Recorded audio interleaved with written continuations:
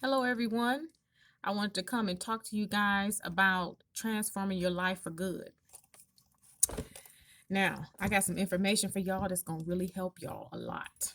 Okay. So, I talk to my kids all the time about how it's easy to get something and it's harder to keep it. So, that's like anything a job, car, a house, a relationship. All these things are easy to get, but it's harder to keep them. So if you want to transform your life in 2021, these are some a checklist that I guess you guys can write down that you will need to help you to move forward, okay?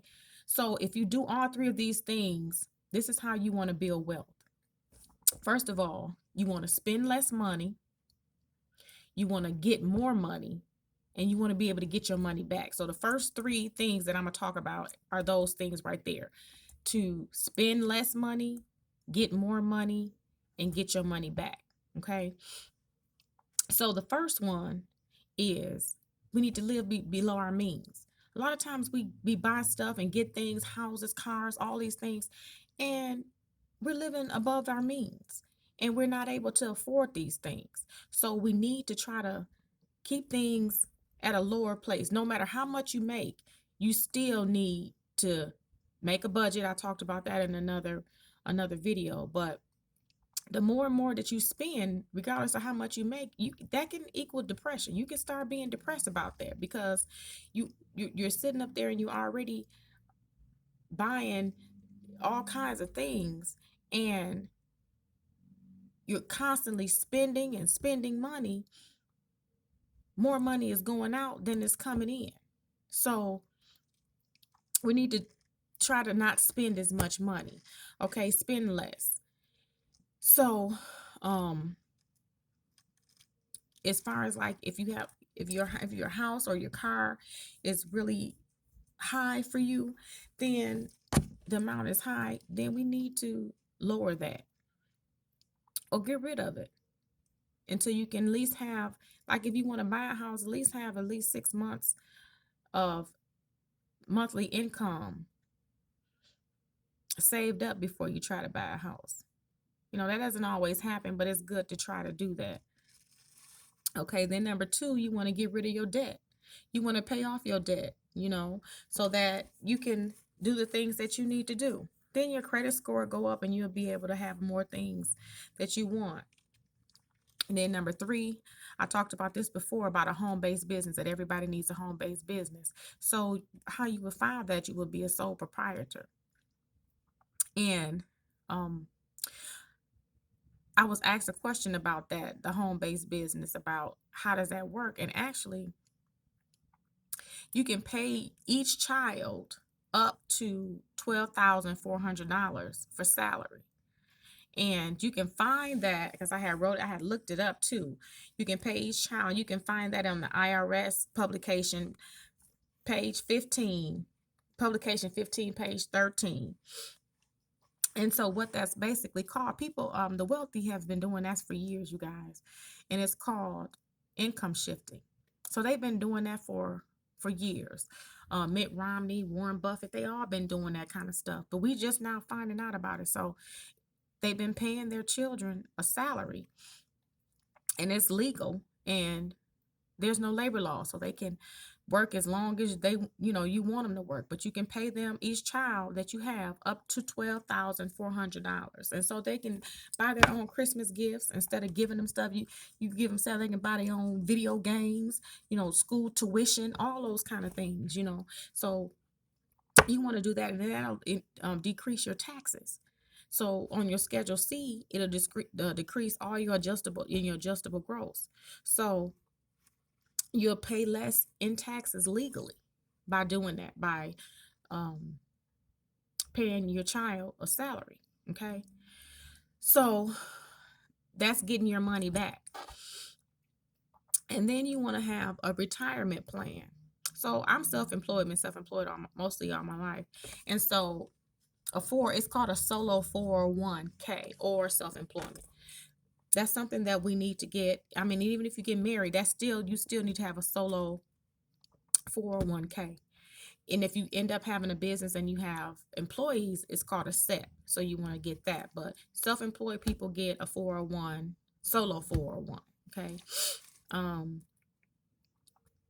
when you like with that, if you they let you, it's not good to borrow from it, but they do allow you to buy your purchase your first home and take money out and borrow it when you have a solo 401k. I'm not for sure. I'm thinking they probably do that with a traditional 401k as well, but that's something that you can do. Um,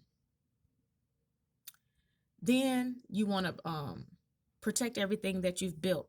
So as far as the proper life insurance, when you're self-employed, a lot of self-employed people, we need to have disability insurance because if something happens to us, that insurance is going to protect us. Okay. So you want to have disability insurance. And there's another insurance called key man insurance, which is like the person, like if you have a business and you're a star player, the person who takes over everything, you want to make sure you have insurance on that person. So that's called key man insurance.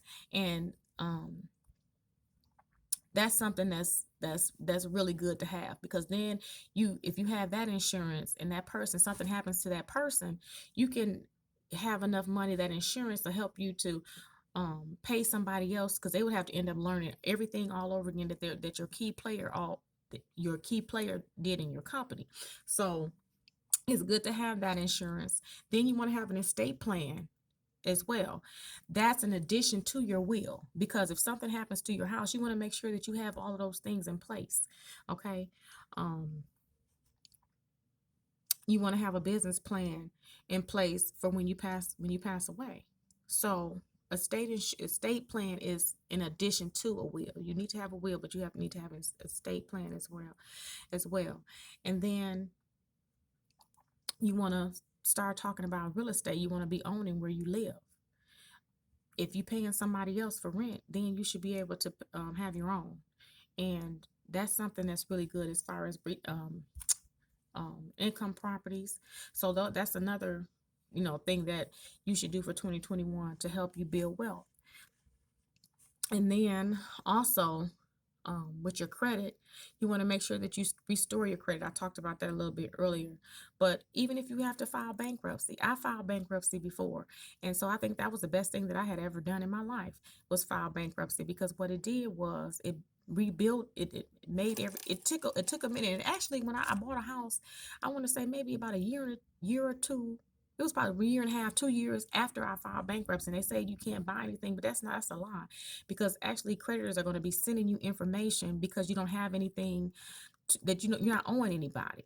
So if you are all messed up, then look into filing bankruptcy. I did a chapter 7, which everything was eliminated. You can do a 13, which is a repayment, but I did a chapter 7 because I just didn't want to repay anything back. I had got into a bind, and so that was some years ago, but I was able to buy 3 houses after that.